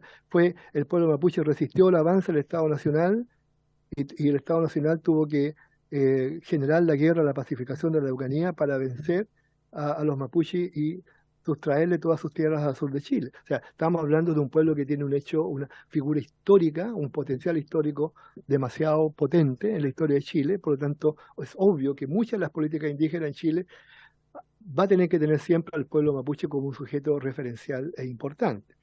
Pero, así y todo, la ley indígena es para todos los pueblos indígenas, no solo para el pueblo mapuche. Y el conflicto de tierra es un conflicto con el pueblo mapuche, no es un conflicto con los diaquitas, los changos, los collas, ¿verdad? Los cahuáscaras, en cierto modo podría ser, pero es con el pueblo mapuche, porque la cantidad de tierra de las cuales fueron despojados el pueblo mapuche a lo largo de la historia de la conquista española y después del Estado Nacional es de enorme gravitación y por tanto existe el deber de reparación justa respecto de esa demanda. Y en ese sentido el Congreso tiene mucha importancia en cuanto a resolver normativamente, legislativamente las tierras, ¿verdad? Entonces yo diría que en este sentido la CONADI hace todo lo que puede. Recibe un presupuesto anual. Ese presupuesto anual en relación con la demanda de tierra es muy escaso, ¿no? Quiero decirle una cosa. Fíjese, cuando Luis Penchuleo expuso acá el valor de las compras de tierra, una de las comunidades para las cuales, de las 14 comunidades que se compraron tierra en 2022, excede los 3.000 millones. Cuando yo firmé decretos de compra de tierra entre 1997 y 1998, las hectáreas estaban entre 400 y 800 mil pesos. 400 y 800 mil pesos la hectárea. Hoy ya está sobre 3, 4, 5, 6 millones la hectárea. Entonces, y en la CONADI hay una demanda inscrita de 926 comunidades, perdón, 926 predios por comprar. Si uno aplicara matemáticamente el presupuesto fiscal que el Estado otorga para la compra de tierra, en los montos que entrega, que no son muchos, necesitamos 20 años. 20 años para resolver el 70% de los 926 predios que están en lista de espera. Es imposible para la sociedad chilena, para el pueblo mapuche, etcétera, y para el Estado resistir la tensión que significa tener esa cantidad de gente en lista de espera y no hay modo de resolverla porque el presupuesto anual no alcanza, ¿verdad? Con 36.000 millones de pesos solo se puede alcanzar a comprar 14 predios. predios para 14 comunidades, y son 926. Entonces se requiere, diputada, el compromiso de un acuerdo político estratégico entre Estado, sociedad, pueblo mapuche, para resolver una problemática global que otros países sí la resolvieron. Nueva Zelanda, Canadá, Estados Unidos, Colombia, en fin, lo resolvieron bien, pero sobre la base de un compromiso de país. Y están las condiciones para eso. Y yo espero, obviamente, que la Comisión de Paz y Entendimiento nos ayude a encontrar ese camino, porque si no, esta deuda histórica acumulada va a seguir creciendo y se va a seguir instalando como fuente de conflicto que puede terminar en una espiral a la que, si se agrega la exclusión que hoy día ya se fraguó de los pueblos indígenas del nuevo proceso constitucional, significa que las brasas ardientes del conflicto siguen prendidas. Entonces, tenemos por delante, y en muy poco tiempo, una urgente necesidad de construir un acuerdo político y un entendimiento en que el Congreso, el Estado y sus instituciones tienen un rol muy relevante que jugar en el más corto plazo, ¿eh? Porque esto no es un problema que uno puede decir, bueno, lo resolvemos en 2 o 3 años más. Es un tema de muy corto plazo, ¿no?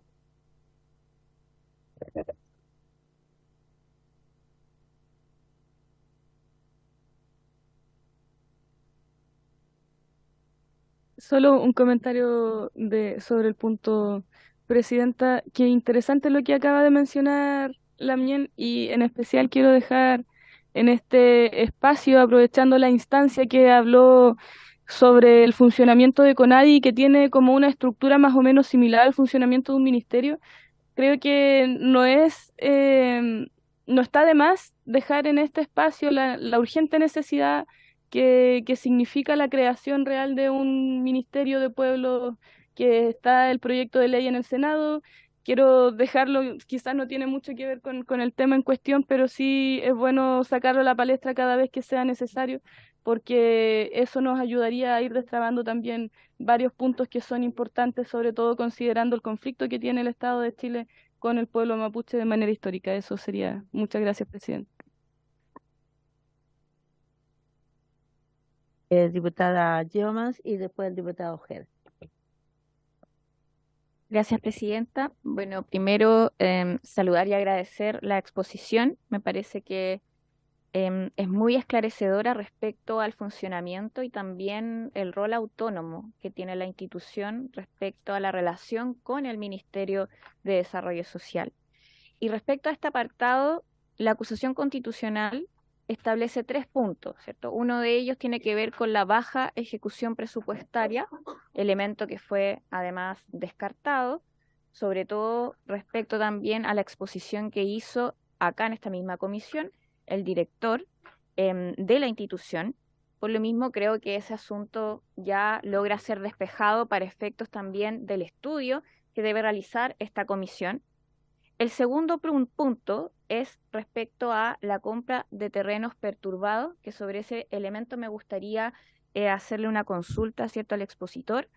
Y el tercer elemento tiene que ver con la falta de agenda indígena y más bien un cuestionamiento al Plan Buen Vivir que para estos efectos tampoco corresponde, ¿cierto?, al análisis y al cuestionamiento del ministerio en particular.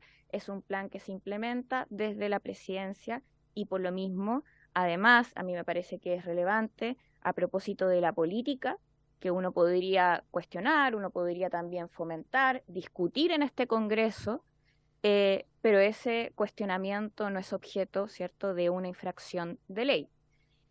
Y por lo mismo me parece que de los 3 elementos que tiene en consideración respecto al apartado de CONADI, el que tiene relación con una posible y supuesta infracción de ley tiene que ver con el segundo punto, ¿cierto?, que tiene relación con la compra de terrenos perturbados. Eso sería lo posible de analizar respecto a una acusación constitucional cuando el argumento es la infracción de ley. Y sobre ese punto me gustaría hacer la consulta, presidenta, porque creo que es importante que para efectos del estudio de esta comisión se pueda avanzar en cada uno de los apartados. Y mi pregunta tiene que ver como respecto a cómo y quién es en el fondo la institución, el organismo a cargo de determinar si un terreno está perturbado. ¿Cuál es el valor que tiene una declaración del propietario ante notario sobre que un terreno esté o no perturbado para efectos, ¿cierto?, de poder incorporarse al procedimiento de su venta desde el mecanismo del Fondo de Tierras, Presidenta? Me parece que despejando este punto también podemos dilucidar si tiene efecto o no el apartado de la CONADI respecto a la procedencia de la acusación constitucional, Presidenta. A mi juicio no tiene efecto porque es la Contraloría quien determina, pero me gustaría, para efectos de la comisión, que don Domingo, ¿cierto?, nos pueda también aclarar el punto. Muchas gracias. Oye, gracias por la pregunta, diputada Yoma. Voy a entrar al tema de la perturbación. Mire, la ley indígena, asociada hoy día al decreto 395, más la jurisprudencia instalada desde 1998, cuando el Consejo aprobó el principio tierra tomada no se compra, ¿verdad? Se crearon todos los instrumentos a través del cual el Consejo de la CONADI, en el momento en que está reunido, como si fuéramos nosotros, ¿verdad?, tiene que tener la certeza absoluta de que para tomar una decisión de comprar un determinado predio, tienen que estar cumplidas todas las contrataciones que aseguren que ahí no hay ningún conflicto, ni de título, ni de toma, ni de reclamos de segundos o terceros por el tema de los títulos yuxtapuestos, ¿verdad? Entonces, actúa en primer lugar el equipo del Fondo de Tierra y Agua de la CONADI, que es el que hace todos los estudios jurídicos junto con la Fiscalía de la CONADI, más los organismos internos que hacen los estudios de medición de terreno, que estudian la licitación de ofertas, etcétera, y esas distintas variables internas en la CONADI son las que van cerrando el abanico de la convicción, ¿verdad? Luego, una vez que esos informes del equipo del Fondo de Tierra y Agua van al director de la CONADI, el director de la CONADI entrega una carpeta. Eso es lo que se debe hacer a los consejeros para decirles, mire, aquí está en el capítulo 5 la compra del terreno de Traiguén, ¿verdad?, que cumple con la siguiente característica. La característica 1 está bien, tiquiteada, la segunda también, la tercera está pendiente, estudio de título, por ejemplo, la cuarta se requiere,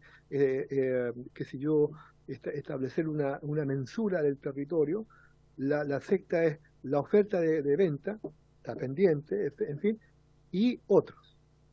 Y siendo todo, en ese otro está establecido el criterio de que el terreno ha pasado por problemas de alto y bajo porque ha sido ocupado, desocupado, hay toma de terreno, hay comunidades que están reclamando al margen de la comunidad que pidió la venta, se pone inmediatamente una alerta para el Consejo de la CONADI. Si ninguno de estos procesos previos de control interno no tiene ningún problema, entonces el tema entra a la CONADI y la CONADI, el Consejo es el que finalmente dice, muy bien, se compra, ¿no?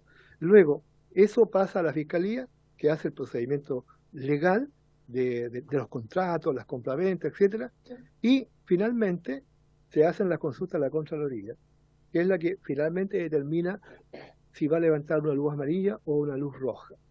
Ahora, todos estos procesos también pueden pasar por consultas alternativas, ¿no? Si la compra del terreno ocurre en una comuna donde hay una cierta densidad de conflictos, el director de la CONADI perfectamente puede, por vía reservada, mediante oficio interno, pedirle, por ejemplo, suponte tú, al gobierno regional o a la intendencia un estado de situación, ¿verdad?, para poder determinar variables o hipótesis, si ahí ha ocurrido algo antes o va a ocurrir algo después o está algo por ocurrir. Y si esos informes reservados levantan también otras luces, amarilla y roja, también el director puede decir, mire, vamos a parar esta carpeta, ¿cierto?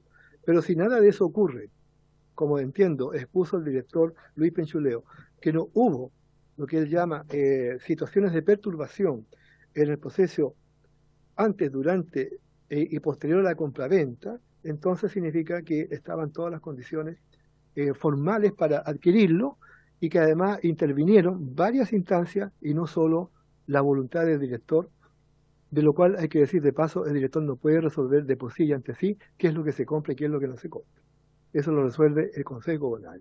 Entonces, es evidente que la jurisprudencia instalada desde 1998 hasta hoy día, más aún reforzada con el decreto 395, hace extraordinariamente muy difícil, pero muy difícil, que CONADI, el Consejo de la CONADI, apruebe la compra de un predio que haya sido o esté siendo afectado por alguna forma de perturbación, como se insinúa en el libelo. Hace imposible, muy difícil, ¿no? Muy difícil.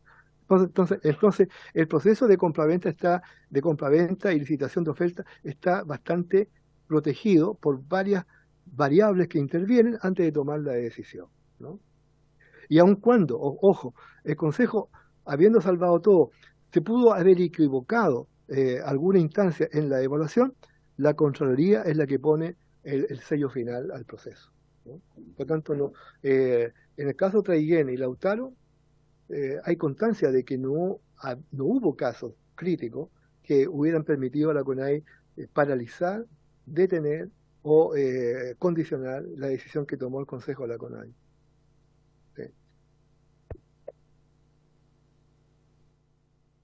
Sí. Señor Ojeda.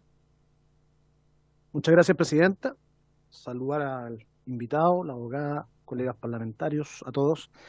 Algunas cosas respecto a lo que planteaba en el último punto. En primer lugar, reconociendo que el motivo de fondo que tiene que ver con la acusación constitucional del ministro Giorgio Jackson no dice relación con el proceso constituyente que se vivió, recogiendo sus palabras, no viene al caso bajo ningún punto de vista, pero sí comparto algo de sus comentarios y que también planteaba la diputada Ñanco, y que tiene que ver con que aquel acuerdo efectivamente fue un acuerdo dictatorial donde no están representadas las posiciones políticas, como por ejemplo la que representa la diputada Ñanco, que ella defiende al pueblo mapuche y la oportunidad y la opción de que pudiesen estar dentro de este proceso. Como otros procesos nuestros u otros convicciones que tienen que ver con el sector al menos que yo represento, que tampoco se nos permitió de ninguna manera. O sea, ¿cómo nos explicamos que 300 indicaciones fueran todas rechazadas al unísono? Por tanto, ahí sí concuerdo respecto a el sentimiento de que te dejen fuera, lo comparto y lo entiendo. Respecto a la materia propiamente tal, lo primero que debo decir es que la Contraloría no declara legalidad respecto de lo que se plantea en la temática que tiene que ver con los campos perturbados. Eso es una cosa. Lo segundo es que entendamos qué significa perturbación respecto de un terreno. Y los quiero dar un ejemplo práctico. Cada uno de los integrantes de esta comisión tiene una casa, tiene un hogar, donde vive, un patio.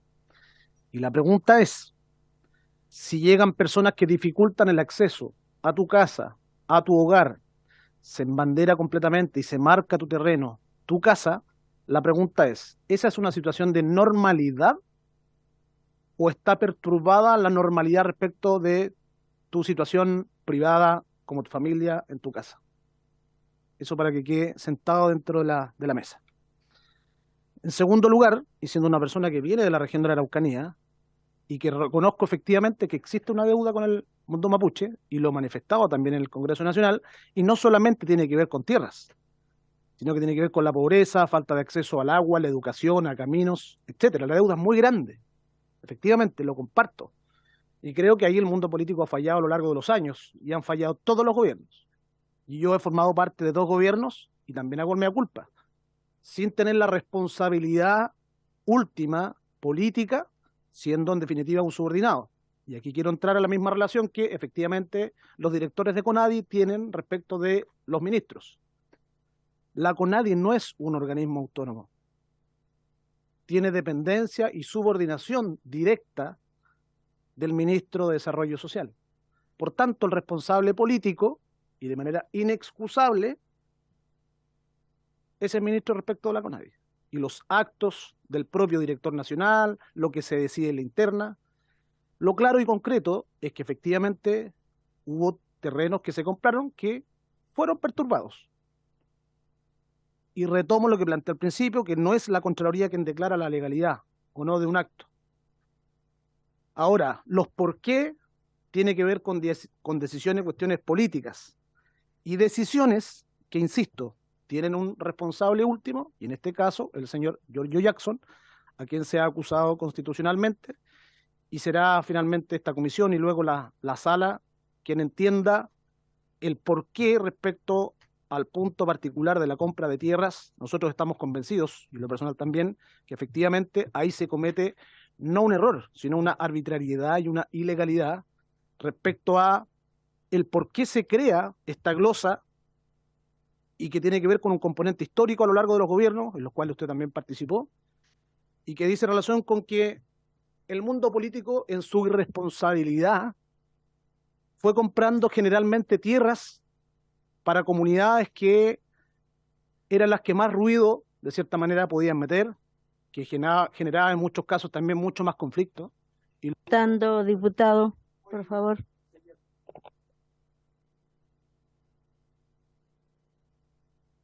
Las comunidades generalmente más conflictivas, cosa que también me hago cargo, insisto, habiendo participado de 2 gobiernos. Muchas veces para apagar de cierta manera los incendios políticos que se van generando por la presión de muchas comunidades, se les compraba a aquellas comunidades más conflictivas. Y ojo, esto es lamentablemente en desmedro de esta larga lista que usted planteaba, don Domingo, de comunidades que están esperando, comunidades que son pacíficas, que tienen el derecho también que les corresponde y que yo lo reconozco. Y con esto cierro, Presidenta. Reconozco, pero también tenemos que ponerle un número. Y aquí también hay otra cosa importante, que el ministro, desde que toma mandato de su cargo, debió haber hecho el catastro de tierras que quedó listo para su licitación y que no se hizo. ¿Y por qué? Porque hay que ponerle número, saber cuánto es y cuántas son las comunidades, no olvidando que también siguen formándose nuevas comunidades de un mismo tronco familiar. Entonces, no existen tierras finitas, ni recursos infinitos, perdón, ni tierra infinita, ni recurso infinito. Por eso, el Estado tiene que ser responsable hoy día en ponerle número a la cantidad de tierra que se debe o ya se habrá pagado y cuánta plata es. Y para eso existe un ministro. Y ese ministro no ha hecho su labor de manera objetiva, porque no es una sensación lo que estoy diciendo. La CONADI depende del ministro, sí o sí, por mandato legal, y es ahí donde yo le pregunto, para usted, ¿un terreno comprado es perturbado si se le impide el acceso al predio o si está de cierta manera marcado? O más simple aún, si alguien llega a su casa, estimado don Domingo, y le bloquea, le restringe el acceso a su domicilio particular y le marca su casa, ¿eso para usted es una perturbación o no? Gracias, Presidenta.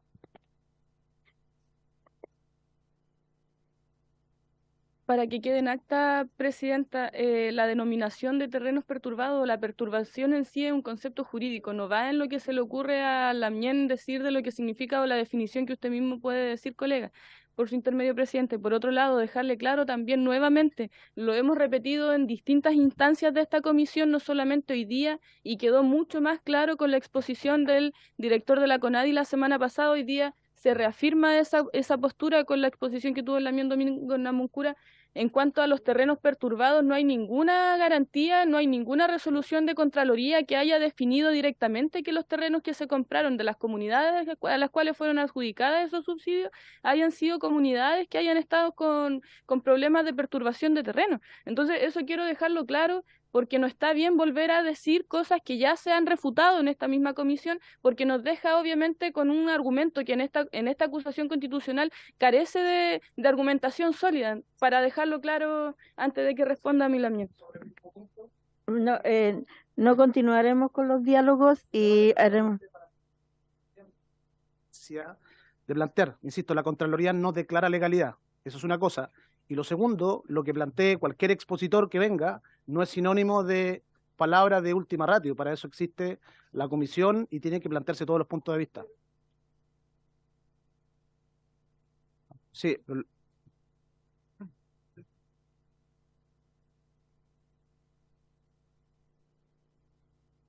A propósito de lo mismo que aquí se ha dicho de cuál es el objeto de esta comisión, yo creo que ya llevamos bastante rato saliéndonos del objeto de la comisión. Hemos hablado aquí del proceso constituyente. Yo no me voy a dar el gusto de responder porque acá se nos han imputado acusaciones bastante graves a varios de los parlamentarios que estamos presentes, sin tomar en consideración todos los esfuerzos que se hicieron para ese proceso, pero como no quiero entrar en el debate que no corresponde para esta comisión, quisiera por favor que usted como presidenta pudiera volver al foco del objeto de esta comisión, que es investigar, más bien determinar, a partir de un nivel acusatorio, las responsabilidades que les corresponden a un ministro en cuestión en torno a las acusaciones que ha hecho un partido en particular respecto de sus responsabilidades. Acá han ido quedando claras cuáles son sus responsabilidades, cuáles no son sus responsabilidades, y me parece que ese es el punto y el objeto de esta sesión. Entonces, para que no nos salgamos del foco, por favor, Presidenta. Gracias a todos. Es evidente que nosotros somos una comisión revisora de esta acusación, no somos una comisión investigadora y estamos escuchando a las partes y en muchos argumentos más parece fundamentación para un apoyo o un rechazo, así que creo que no es el momento. Le escuchamos al exponente la pregunta que le hizo el señor Ojeda. Ahí sí. Bueno, yo creo que aquí hay cosas que hay que precisarlas, pero de acuerdo a la experiencia. Cuando se dice que la Contraloría no declara legalidad, es perfectamente posible que así sea, aun cuando la Contraloría siempre tiene una opinión formal, técnica, jurídica y legal, después de distintos procesos que son de su conocimiento. Y efectivamente la Contraloría puede echar atrás una serie de decisiones que se tomen en cualquier órgano del Estado. Pero la Contraloría sí puede ser consultada. En el caso de mi experiencia como director de CONADI, por el volumen de las platas que había que firmar, nosotros conversábamos muy regularmente con el Contralor Regional de la Araucanía. Y el Contralor Regional se reunía con nuestro fiscal y intercambiaban informaciones, ¿verdad? O puntos de vista, que era muy útil para que después el fiscal de la CONADI informara al Consejo de la Corporación que en algunos casos se presentaban algunas situaciones que había que evaluar mejor. Entonces, en ese sentido, la confianza que uno tiene que tener es hasta el momento en que la Contraloría dice, mire, esa decisión tomada por el Consejo de la CONADI para comprar tierras, por ejemplo, en un lugar que no cumple la condición de no ser tierra afectada por perturbaciones de un u otro tipo, bueno, en ese caso, entonces, la voz de la Contraloría tiene mucha significación para las decisiones del Consejo de la CONADI, ¿no? Lo segundo es el hecho de que la CONADI no es autónoma. No, efectivamente no es autónoma. Yo no he hablado de autonomía, he hablado de descentralización. Pero es una descentralización excepcional y particular. Porque la institución que resuelve todas las decisiones respecto de la aplicación de la política indígena, entre esos la compra de tierra y sobre todo la compra de tierra, es el Consejo de la CONADI. No es otra entidad la que resuelve, ¿no? Y pueden pasar a veces sesiones largas hasta llegar a la decisión de si hay 10, digamos, decisiones que tomar y solamente se deben tomar 5. Bueno, hay una discusión de por qué estas 5 y estas otras 5 no, ¿me entiendes? Pero esa decisión la toma el Consejo. No viene, digamos, gatillada por ninguna instrucción fuera del Consejo de la CONADI. Y por este factor, diputado, que yo dije antes, al tener la CONADI 8 consejeros indígenas electos, que no son designados por ninguna autoridad, cambia el carácter formal de ese Consejo. Porque si el Consejo estuviese integrado por puros funcionarios del gobierno, es relativamente posible la hipótesis de que ahí cabe la influencia de autoridades centrales del Estado, en fin, pero cuando hay consejeros indígenas electos por sus pueblos y no designados ni por el presidente ni por el ministro y no están ahí por la concesión graciosa de un partido político, etcétera, el cuadro cambia radicalmente, porque ahí los consejeros son los que efectivamente están atentos a que no interfieran las decisiones del Consejo Nacional. En ese sentido, muchísimas de las decisiones del Consejo no están influidas por los ministros de Estado ni por los subsecretarios, a pesar que están presentes, ¿eh? Los 5 subsecretarios están presentes en la sesión. Y por tanto es en esa sesión en donde los subsecretarios pueden exponer sus observaciones, sus aprehensiones, sus cautelas, y ahí tienen que debatir con los consejeros indígenas que tienen al frente, que le van a decir, sí, no, pero esto, y al final se tiene que votar. Y en la votación, como digo, históricamente, normalmente ha habido altas cuotas de consenso y de mayoría de votos para comprar un determinado predio u otro, ¿verdad? Segundo, o tercero, el tema de la perturbación. Mira, es que el ejemplo que tú pones se resuelve prácticamente por sí mismo. Porque una cosa es la compra del predio que no ha sido perturbado y la otra es la compra de un predio que no ha sido perturbado en un territorio que sí tiene perturbaciones. Que sí tiene algún tipo de perturbación, como por ejemplo la dificultad de acceso, porque no sé qué, alguien cortó unos árboles y entonces interrumpió el camino hacia ese terreno que se compró. Pero esa acción de perturbación fuera del espacio territorial del terreno que fue comprado no puede interferir la decisión de comprarlo, porque además existe otro tema. La comunidad indígena, cuando conversa con la CONADI por razones ancestrales, dice, nosotros queremos como comunidad ese terreno, no el que usted nos va a dar 100 kilómetros más abajo, ese terreno, porque ahí están el bosque nativo, porque ahí, en fin, etcétera, ¿verdad? Y la CONADI dice, bueno, muy bien, se lo vamos a comprar. Adentro o alrededor de ese terreno, ¿verdad? No hay historia ni de toma, ni de ocupaciones, ni de nada. Pero sí, probablemente, algunos factores de perturbación externos. Pero esos factores de perturbación externos no pueden incidir en la compra de ese terreno. Por lo tanto, distinto es decir, se ha comprado un predio que ha sido ocupado o está ocupado y que para resolver el conflicto entonces se optó por comprarlo. Eso es contrario al decreto 395. Y como es contrario al decreto 395, aun cuando el Consejo de la CONADI en forma extraordinaria, por no sé qué razones, dijo, comprémoslo nomás, la Contraloría puede intervenir de inmediato para decir, esa compra no se ajusta al decreto 395. Por lo tanto, la pregunta es decir, mire, está bien, el terreno adquirido no está perturbado, pero está perturbado por el entorno. Bueno, es que el entorno no es lo que está comprando la CONADI. Está comprando el terreno demandado por la comunidad, que fue aprobado por el Consejo, y nunca ha habido allí un factor de perturbación. Es así de simple, no hay otra respuesta para lo que tú indicas. Y será la comunidad la que después deberá resolver con no sé quiénes, ¿verdad? Que no le jodan el acceso por aquí o por allá, que nada. Pero ya, ese es otro tema. Pero no se está comprando un terreno que está perturbado en sí mismo, sino que algún acceso tiene un problema porque no sé qué otra comunidad quería expresarse de una manera tal que afectó la compra de ese terreno, pero no por la perturbación de ese terreno, ¿no? Lo mismo el ejemplo de la casa, o sea, yo compré mi casa, igual como todo, con un subsidio, pagué 25 años, pagué casi el doble de mi casa, en fin, por los dividendos, pero si me entra un grupo de ocupa a mi casa, ¿quién es responsable? ¿El banco que me permitió el crédito con el cual yo compré la casa o los que la ocuparon en forma ilegal? Son cosas distintas. No tiene el mismo vínculo. Entonces, cuando se dice, entra Higuén y Lautaro, y se acusa al ministro, se compraron terrenos que estaban perturbados. Explíqueme en qué momento estaban perturbados durante el proceso de contratación de todos los elementos legales de compra. El director de CONADI entiendo que describió ampliamente acá que en todo el proceso de contratación de los pasos a seguir para llegar a esa compra no había perturbación. Entonces yo digo, entonces, ¿para qué se acusa al ministro? De algo que ni siquiera existe. Es tan simple como eso, ¿verdad? Y después el tema de o sea, no sé si se acusa en el libro, no alcancé a ver eso, puede que no haya leído profundamente, pero hacer responsable al ministro o ministra, quien sea, de Desarrollo Social, de que no hay un catastro de tierra. Mire, discúlpeme, pero el catastro de tierra comenzó en 1993. Lo comenzó la CONADI en los primeros 4 años. Después se contrataron estudios de universidades. Después el Ministerio de Hacienda hizo un propio estudio. El propio Ministerio de Servicio Social a lo largo de todo su periodo histórico ha hecho no sé cuántos estudios de catastros de tierra.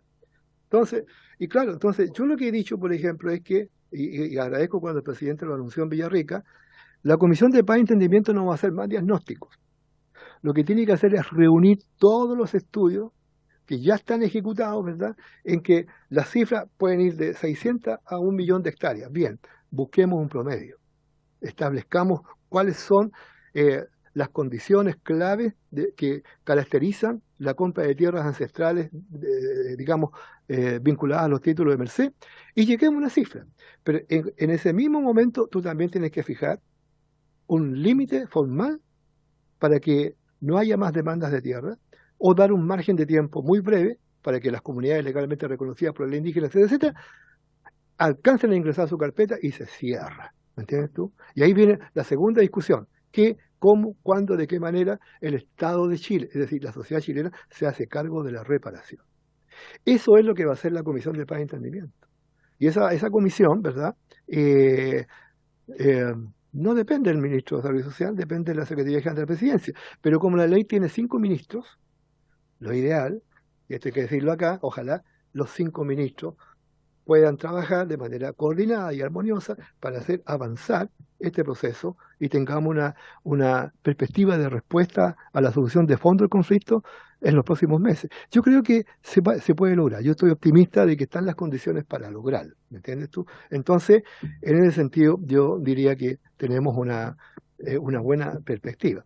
Pero, para terminar, porque no creo que haya más preguntas, no lo sé, yo quiero decir acá que yo respeto mucho las acusaciones constitucionales. Cuando se acusó al ministro Andrés Chadwick, no por la muerte de Camilo, sino Catrillanca, sino que por las incidencias de la complicidad de autoridades policiales en la forma como buscaron blanquear ese crimen y convencer incluso a las autoridades de que eso había sido producto de una, digamos, escaramuza de enfrentamiento, y la justicia, a Dios gracias, estableció que nada de eso había ocurrido y que eso fue simplemente un asesinato. Bueno, yo digo que esa acusación constitucional sí tenía un valor ético, moral, político y social de enorme trascendencia. Pero hay que distinguir las acusaciones constitucionales cuando realmente, como dice la propia Constitución, un ministro ha faltado gravemente a sus responsabilidades de hacer cumplir la Constitución y las leyes. Y yo, honestamente, tengo que decirlo así, con toda mi experiencia, tanto de gobierno, de funcionario, académico, en fin, no encuentro en este nivel los fundamentos que marquen el carácter de la gravedad constitucional de un ministro que además sus vínculos de responsabilidad con las decisiones que se imputan ni siquiera forman parte de su competencia. Y cuando se dice el ministro supervigila, sí, supervigila, pero a un organismo que tiene una estructura muy excepcional. Un ministro que no le puede dar órdenes al Consejo Nacional de la CONADI. Que si incluso le dieran una instrucción al director de la CONADI, el director de la CONADI está obligado por ley a traspasar esa recomendación al Consejo, pero el que resuelve finalmente es el Consejo Nacional. Entonces, por eso que decía al final de mi exposición, a veces el tiempo para resolver los problemas del país hay que ocuparlo mejor. Y si una acusación constitucional realmente tiene un fondo de peso, vale. Pero si no, entonces tenemos el deber de decir, bueno, tratemos de resolver esto rápido, porque la verdad aquí no están todos los méritos suficientes para arribar a la idea de un incumplimiento grave es la palabra, gravemente afectar el interés nacional.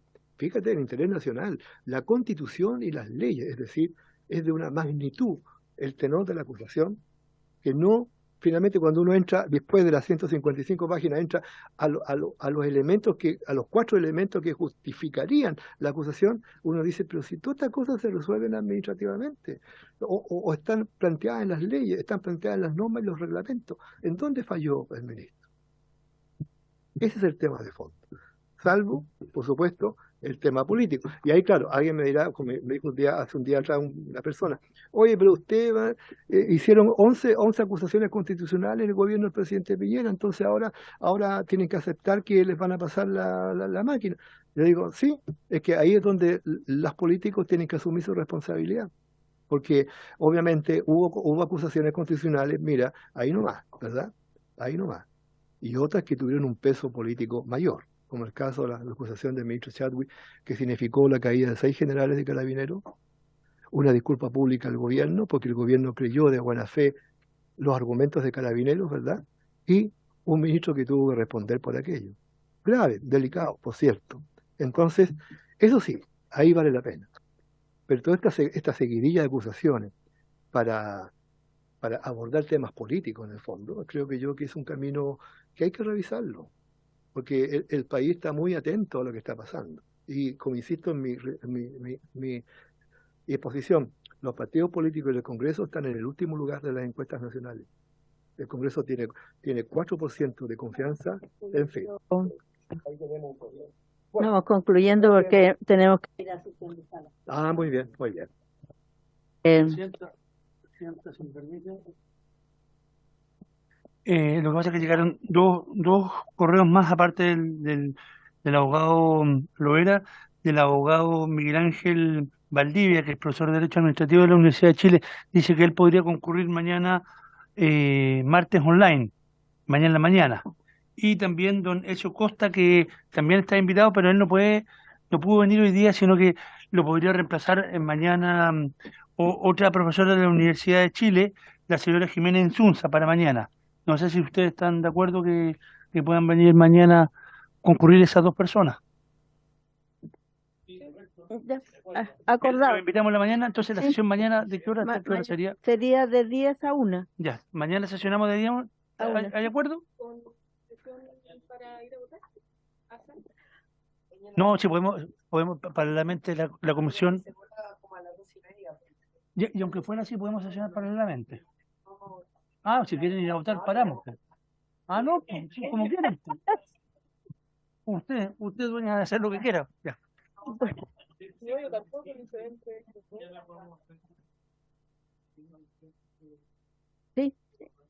Sí, porque no hemos alargado mucho, así Perdón, que pero mañana de día una citamos, ¿están seguros? sí, Ya.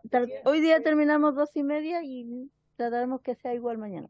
Le hacemos cortita con los invitados mañana. Ahí decidimos cómo seguimos, o si quieren lo decidimos ahora, porque creo que mañana al mediodía terminamos con los invitados. Podríamos darle la tarde para que ellos ordenen y encontrarnos el día miércoles a las 10 de la mañana para votar.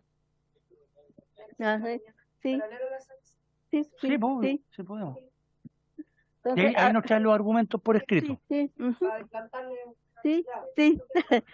Ya, acordado entonces. Quiere hablar Entonces, mañana hasta 2:30. la defensa. Sí.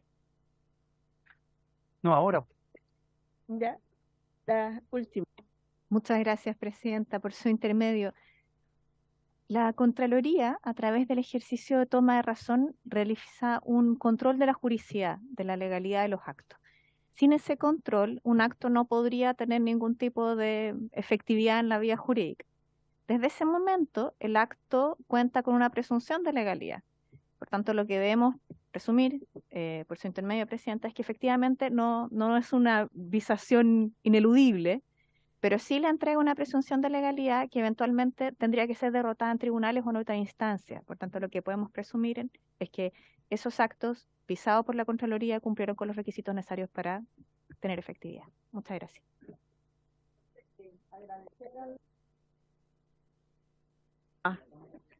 Por esta exposición y muchas gracias. Esperemos en otras oportunidades de escucharlo, de sus conocimientos sobre los pueblos indígenas. Y habiéndose cumplido el objeto de la sesión, esto se levanta. Sí.